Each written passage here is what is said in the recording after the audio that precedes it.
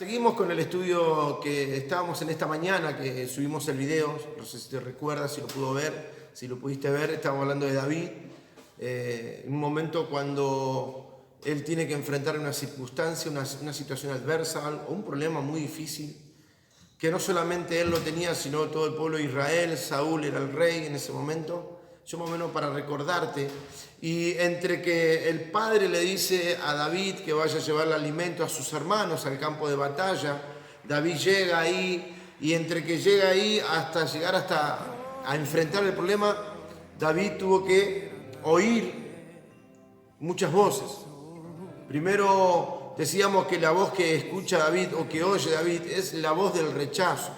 Ahí en el libro de Samuel, capítulo 17, recuerden, 28 y 29, ahí la Biblia habla bastante claro, donde su hermano Eliab, el mayor, le dice a él qué hacía ahí, le empezó a reprochar qué hacía David en ese lugar, que no era el lugar oportuno para él, que él no servía para eso, que él no estaba preparado para estar ahí, que el lugar de él era cuidando las ovejas de su papá, que lo menospreció, trató de hacerle sentir que no servía, que no podía, que no lo iba a hacer. En un momento David, ¿qué hace David en ese momento? David lo que primero hace es ignorar la voz de ese muchacho, de su hermano. ¿Saben? Me imagino que habrá pesado mucho en el corazón de David que un familiar, un pariente, un hermano, ¿no?, lo haya rechazado de esa manera. Antes bien hubiera preguntado, ¿no?, Eliab: hola David, ¿cómo estás? ¿Qué viniste a hacer? Qué bueno que viniste, qué bueno que nos vemos, ¿no? Lo primero que hizo fue atacar a David con un rechazo, ¿no? La primera voz que David oye en medio de esa situación, en medio de esa circunstancia, en medio de ese problema, en medio de esa dificultad, ¿qué fue? La voz del rechazo, haciéndole sentir: no puedes, acá no vas a poder estar porque no es tu lugar, no es para lo que Dios te llamó, no estás preparado para esto. Muchas veces cuando decidimos casarnos, decidimos comprar una casa, decidimos emprender un ministerio o empezar en un ministerio a servir a Dios, quizás la primera voz que hemos escuchado es la del rechazo: no vas a poder, no es para vos, la ropa que tenés no es la conveniente, cómo te peinás, no sé, dónde vivís, la condición social en la que estás. Siempre escuchamos muchas voces antes de enfrentar un conflicto, antes de enfrentar a ese gigante. Empezamos a escuchar voces que te quieren hacer creer de que no lo vas a poder hacer. La segunda voz.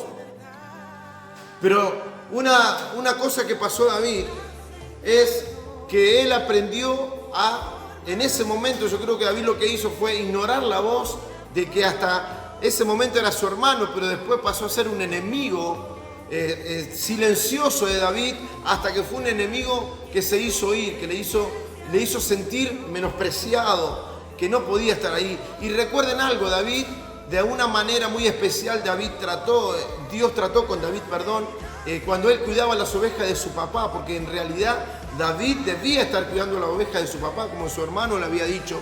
Pero ¿qué pasó? Su hermano, de una verdad, también mezcló una mentira, porque le quiso hacer creer a David de que no estaba preparado ahí. Y David, en ese lugar, cuidando las ovejas de su papá, fue preparado por Dios para poder enfrentar situaciones difíciles, porque recuerden que ahí David relata de que él mató leones, mató osos, aquellos que querían venir a arrebatarle las ovejas de su papá.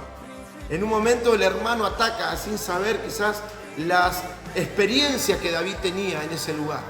Ahora, lo importante acá es ver qué es lo que hace David con ese aparente ataque, ¿no? Es un ataque del enemigo, aparentemente, camuflado en su hermano. ¿De qué? ¿Qué le dice? Le dice que no podía estar ahí. Ahora, David, ¿qué hace? Acá lo importante no solamente no es oír la voz del enemigo, sino es aprender a oír la voz de Dios. Lo que usted y yo tenemos que hacer es aprender a oír la voz de Dios, porque a veces el enemigo está camuflado a través de una persona que está en autoridad en la iglesia, autoridad en el gobierno, autoridad en la policía, autoridad en tu casa. Muchas veces el enemigo está camuflado. ¿Cuántas veces quizás quisiste emprender una carrera, quisiste terminar los estudios, quisiste emprender un negocio, y siempre alguien habló, siempre alguien dijo, siempre alguien opinó contrario a lo que quizás estabas sintiendo por dentro?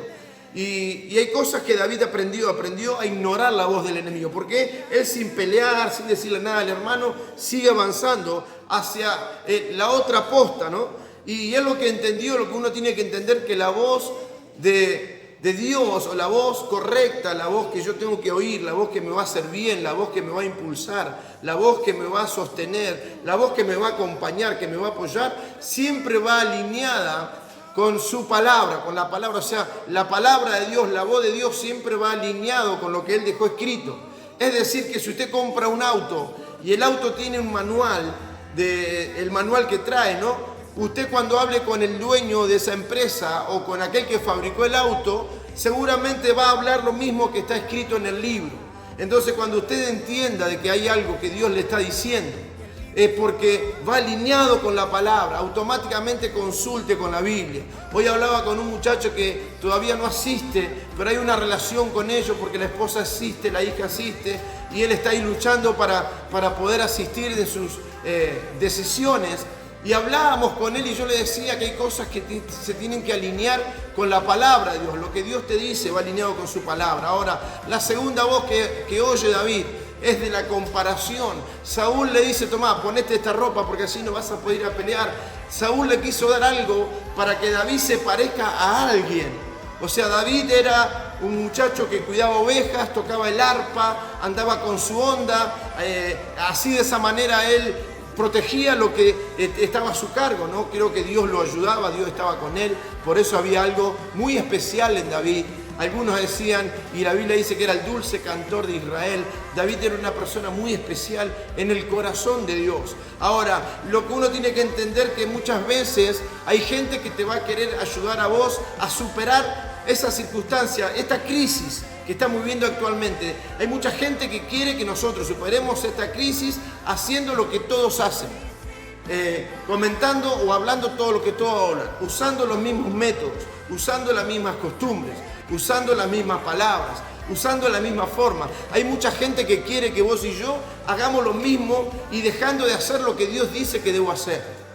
Hay algo que yo hablaba hoy y decía que hay cosas que nos llevan a nosotros a querer compararnos con otros. Saúl le dio la ropa de guerra, le dio el casco, le dio la espada, y en un momento David le dice: no, pará, no puedo usar esta ropa, yo no sirvo para usar esta ropa, yo tengo otra herramienta, tengo otra arma, ¿no? Dios me capacitó de otra manera, soy diferente a vos, yo voy a hacer lo que Dios me dijo que debo hacer, no lo que vos querés que haga. O sea, hay cosas que humanamente debo respetar, como ahora la cuarentena. Creo que donde me veas estamos mundialmente acatados a esto, ¿no? A no andar en la calle para cuidarnos a nosotros y cuidar también a los otros. Pero hay algo que sí debo creer, de que Dios me guarda, de que Dios me protege, de que Dios está conmigo, y que si Dios está conmigo, ¿quién contra mí? Que el Salmo 91 dice que si yo estoy debajo de sus alas, bajo su cobertura, la plaga no tocará mi morada, que puedo estar tranquilo, que puedo caminar tranquilo, que puedo pensar,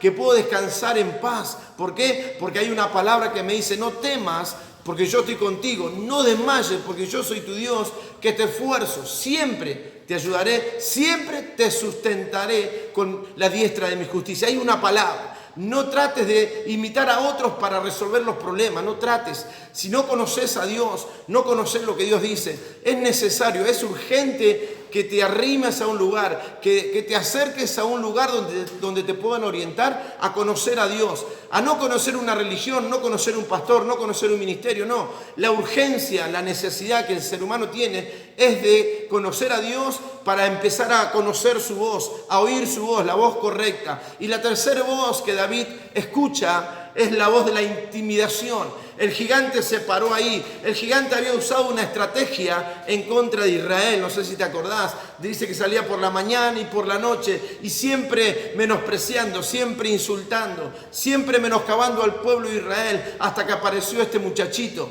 Dice que era de buen parecer David, un muchachito, habrá sido blanco, habrá sido aparentemente muy delicado, pero dice que apareció y el gigante, este hombre, quiso usar la misma herramienta que usó con el pueblo de Israel y con su rey, pero en un momento David empezó a entender de que era un mensaje de intimidación, y David empezó a ejecutar lo que Dios le dijo, que debía hacer.